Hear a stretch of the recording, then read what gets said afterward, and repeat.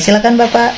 Assalamualaikum warahmatullahi wabarakatuh, teman-teman sekalian. Hari ini kami fraksi PKS menerima kunjungan dalam Hari Aspirasi dari teman-teman utusan R2 dan R3 se-Indonesia yang bersama Bu Nurbeti dan kawan-kawan, ada dari Palembang dan lain-lain.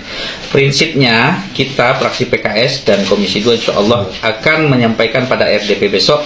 Yang pertama, terkait dengan R2, R3, kita punya prinsip agar yang menjadi penentu kelulusan itu adalah berbasis pengabdian dan kemanusiaan. Intinya kita akan menyampaikan kepada Bu Menteri bahwa yang menjadi acuan utama penilaian yang diluluskan menjadi honorer ke P3K adalah ada afirmasi yang mempertimbangkan jumlah tahun pengabdian sebagai prioritas untuk diloloskan. Itu satu.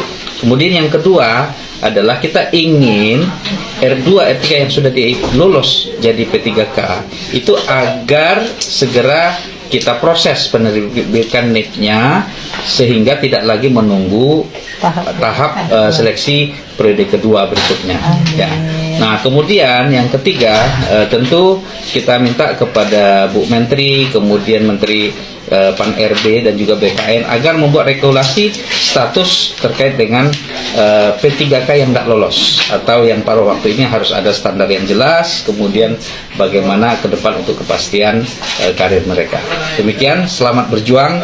Insya Allah kita bersama teman-teman untuk memastikan kondisi kita, terutama teman-teman yang sudah mau memasuki pensiun. Assalamualaikum warahmatullahi wabarakatuh. Waalaikumsalam. Terima kasih Bapak dari DPR RI. Kita dukung beliau untuk memperjuangkan jangan sampai nunggu di tahap kedua. Assalamualaikum warahmatullahi wabarakatuh.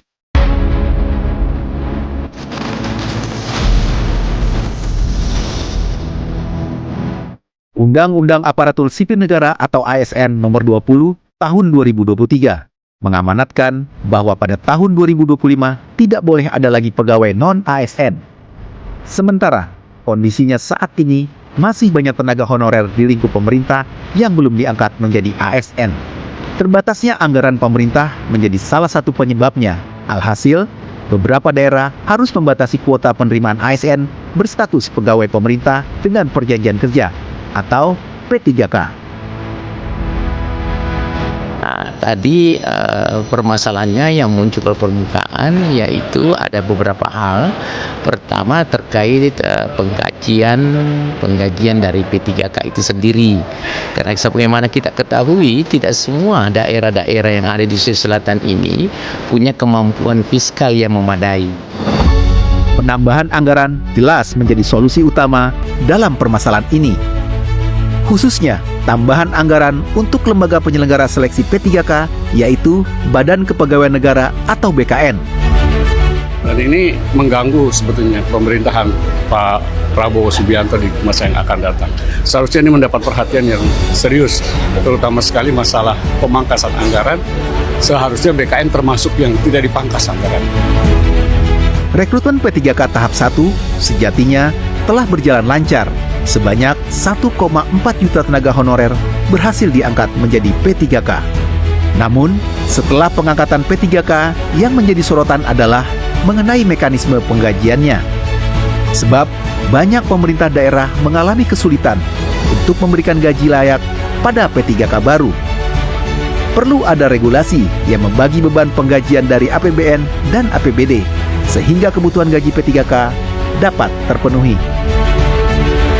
Itu dibebankan menjadi tanggung jawab pemerintah daerah, rata-rata mengalami kesulitan keuangan daerah untuk gaji-gaji. Ada yang menyampaikan kalau mengikuti standarisasi pusat, belum tentu semuanya bisa.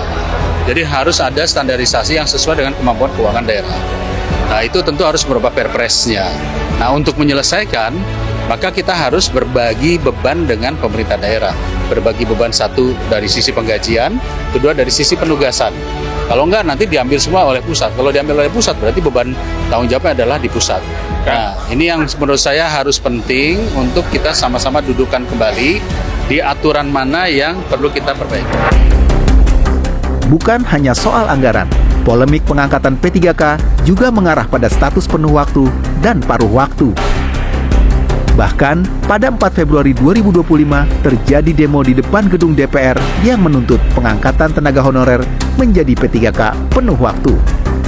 Aturan pengangkatan tenaga honorer menjadi P3K paruh waktu tertuang dalam keputusan Menpan RB nomor 16 tahun 2025. Secara aturan memang ada dua kategori tenaga honorer yang akan diangkat menjadi P3K, yaitu penuh waktu dan paruh waktu. Kriteria paruh waktu adalah tenaga honorer yang mengikuti seleksi P3K 2024 namun tidak dapat mengisi kebutuhan jabatan, serta tenaga honorer yang mengikuti seleksi CPNS 2024 namun dinyatakan tidak lolos. Artinya, P3K paruh waktu sebetulnya merupakan solusi untuk mengangkat tenaga honorer. Namun Komisi 2 DPR RI mengingatkan pemerintah untuk dapat memberikan pendapatan yang layak pada P3K paruh waktu. Jangan juga nanti kawan-kawan ini sudah selamat bisa digaji menjadi P3K paruh waktu, akan tetapi ketika penggajiannya mereka masih sama seperti yang dulu. Di angka-angka pendapatan yang tidak layak untuk hidup hidup layak. Nah, itu nanti perlu kajian lebih dalam dari Menpan RB, dari BKN, dan juga nanti Kementerian Keuangan apakah bisa memberikan bantuan atau afirmasi kepada daerah-daerah yang secara finansial, secara keuangan kabupaten kota tidak bisa mencukupi memberikan pendapatan yang layak bagi P3K paruh waktu. Lika-liku yang terjadi ini diharapkan menjadi proses untuk mendapatkan solusi terbaik dalam pengangkatan tenaga honorer.